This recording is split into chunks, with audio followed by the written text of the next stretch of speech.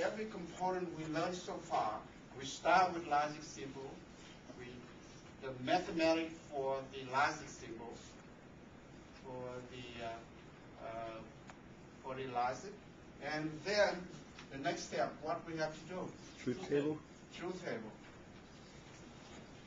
Now, when you write a truth table for the 2-input NAND gate, you always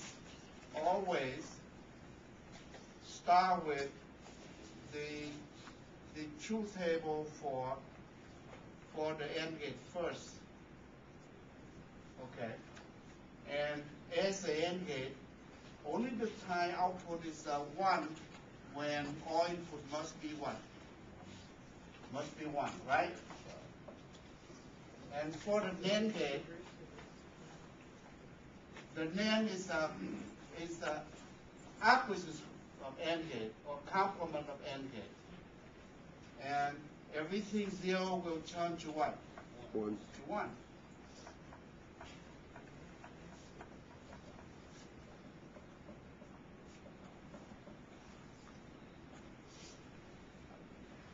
So if you look at the truth table, as I mentioned here, the Unix output from the NAND gate is low when all inputs are high.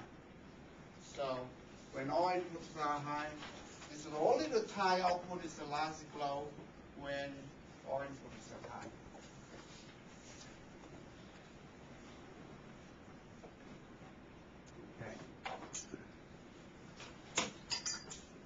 So if you look from other input here, if one of input is low,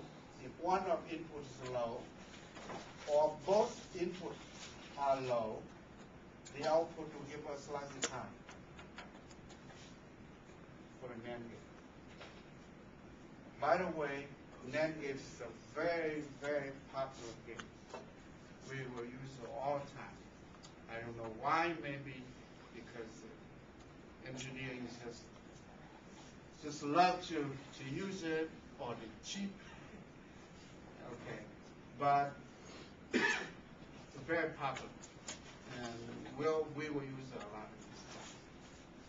And very easy to implement.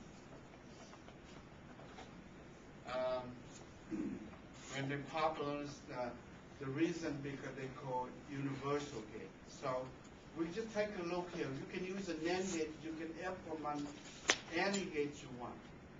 For example, the easiest one for application, I said, draw a logic diagram of how you could connect a 2-input NAND gate to perform as an inverter. You use the NAND gate to build an inverter. So here how you look. You take it, you carefully, you see it right here. If you tie both inputs together, both low, what happened for the output? And both high, what happened for the output? Opposite. So the application here was, if you want to implement from NAND to an inverter, here how it works. You take both inputs, you tie together like this. This will be equivalent with the inverter. So, as I said, you look at the truth table here, both inputs are low. So if you have a logic low here, what happened for this input here? Also low, right? Low, low give us what? High. So right here, low, high output for inverter. And if we connect to logic high here, that means you have high, high. High, high give us what? Low. So high in, low out. So this is how you implement the NAND gate as an inverter. And you will use a lot of time later on in our few more weeks.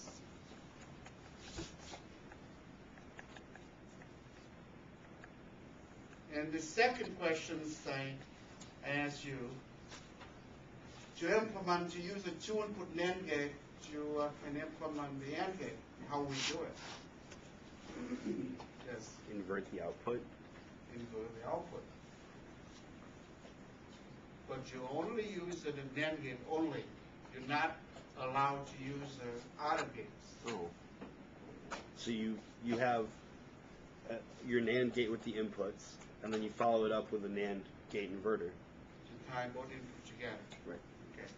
But one thing here, you don't have to do this, but I suggest you tie both inputs together.